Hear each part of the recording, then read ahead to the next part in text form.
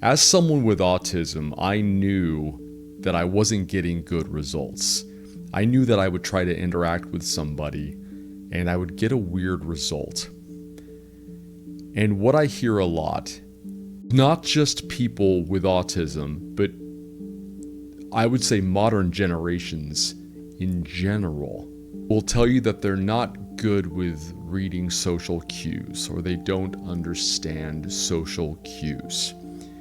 And it becomes this kind of identity for them. I am the guy that's not good with people. I am the girl who doesn't understand social interactions. I'm the awkward one. I'm the quiet one. Or the internet's favorite trap, I am an introvert. This is a huge trap maybe we'll talk about at another time. But at a certain point, I realized I wasn't getting the reactions that I wanted from a very young age. I want to make them laugh. They're not laughing. I want to convey an emotion. The emotion's not conveyed. I want to bring them closer. You see where this is going. I learned at a young age that I wasn't getting the responses that I wanted. I wasn't getting the results that I wanted. And I didn't understand why. And this is where everyone, I believe, creates an identity. They go, oh, I have autism, or oh, I have this horrible thing from my past. Oh, I have this trauma. So of course I don't understand this thing. That's okay. That's my identity. And they just kind of, I don't know. They either expect others to just work with them, or they say, I'm okay with just working with the people who can work with me.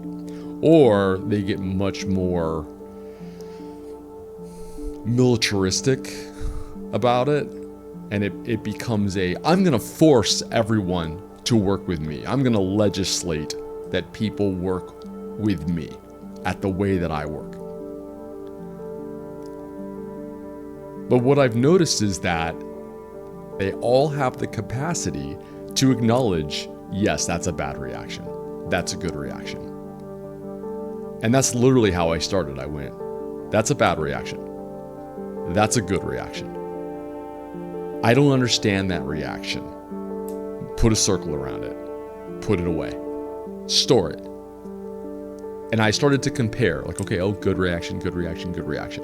And I literally started to script it out, like, okay, these get good reactions. But then sometimes one of these that would get a good reaction didn't get a good reaction. I'd go, okay, different circle. And I just created systems. Little by little, I made enough systems that I was able to interact with people. And then I started to get really good at it. And then I started to become the guy that people were like, wow, everybody loves that guy. And people were like, you've probably always just been really good with people. And I'm like, excuse me?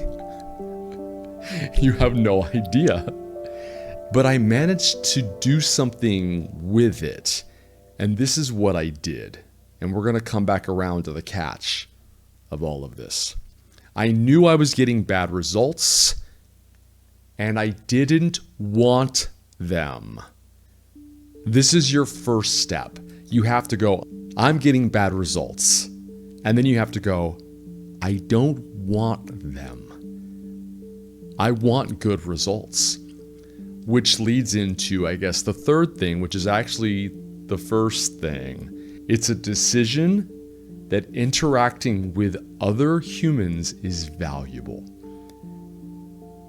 To me, I realized at a certain point, it was the most valuable thing. So I went all in. I went in hard on it. I treated it like a subject. Again, I meet people that are similar to me that are like super good at math. And I ask them, and it's funny because at first you get this like, well, I was always good at math. Poke a little. poke a little deeper. And it's always like, oh, well, I was really interested in math, so I started reading books, okay? And I started doing I bought like this practice book, and I started just doing exercises for fun. Like other kids were reading Harry Potter, I was doing like algebraic equations for fun. Okay, you notice what they're really doing is they're going all in, which is a whole other video about going all in on everything. But I decided that human interactions were so important to me that I no longer wanted bad reactions. But more importantly, when I get a bad reaction, I want to know exactly why. To the extent that a human being can know why they're getting a bad reaction from another human being. I wanted to know. So that's what I did. The nature of how I did that is for another discussion. But what I want to say is that if you actually care about other people, and you care about those interactions, and you care about having intimacy with others, verbally and physically, what I'm seeing is everyone is just slapping an identity on it. That's just who I am. And you are totally within your means to do that. You can decide that you are whatever you want. I have nothing to say to that. Unless I'm trying to coach you. Unless you've come to me for coaching or help, in which case, or of course, unless you're my son. Then I'm going to say, it's not your identity, and in fact, your identity is incredibly pliable. Outrageously pliable. You can change it if you want to, but you have to want to. And in order to want to change it, you have to have a reason. And my reason was, I want to be able to have close relationships with people and be able to give them what I want to give them and not try to give them something and then have them go, ew, and throw it on the ground. And I'm standing there going, I don't understand. Why did you do that? I don't ever want that again. So now, because I went all in, I fixed all of that. This is not to say that I never have a bad interaction. In fact, bad interactions are great. Sometimes a bad interaction means that you and that other person are just not synced up. Sometimes a bad interaction is because I stepped in to something that I didn't understand, but I've gone so all in on this that I have this giant knowledge base that I can go, oh, okay, that's too far. Let's pivot to here. Let's do this, this, and this. And literally, I'll fix it. And then me and that person have a better relationship because I stepped in, I acknowledged it properly, and I pivoted out. And they realize like, oh, this is the kind of person that if they do that, if they step in too close, if they step in wrong, they're going to see it, they're going to notice it, they're going to notice my tiniest little flinch, and they're going to correct it without making a big deal about it. But you have to make that choice. And if you choose that this autism or whatever it is that you have, this trauma, whatever it is that you have, if you choose, this is who I am now. Fuck them, there goes the language. Screw them, I have a right to be this way. Yeah, you do. But you also have a right to everything that comes with that.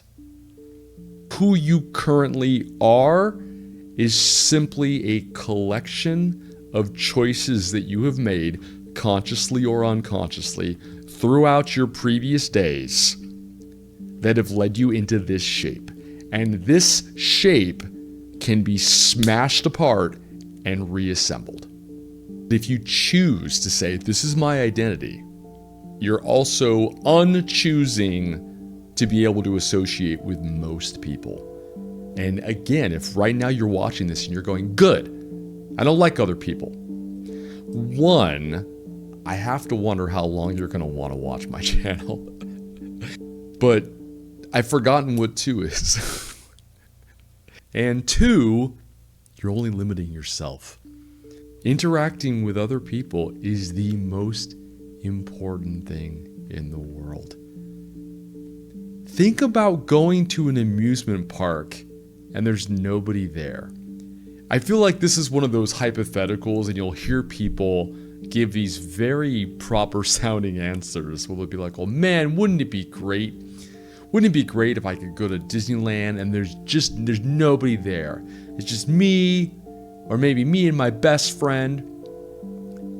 And I can tell you, as someone who has experienced things like that before, you very quickly realize a truth about the human experience. And it's that you, as much as you think you don't like other people, as much as you think other people get in your way, as much as you might get frustrated by dealing with other people's bullshit, when you remove them from scenarios, it's like things stop being real. Things stop mattering. Interacting with other human beings is the most important thing here, in my humble opinion. And I hope that I can convince you that it is the most important thing in your opinion as well. And if you're trapped in your identity, I want you to know there are systems to get you out of that identity. And then there are systems to build you the identity that you want. But you can't trap yourself by claiming that everything that you're currently doing, the bad reactions or the not caring about the reactions, you can't claim that those are your identity, because you, my son, are completely in charge of your identity. Thank you. Thank you for watching.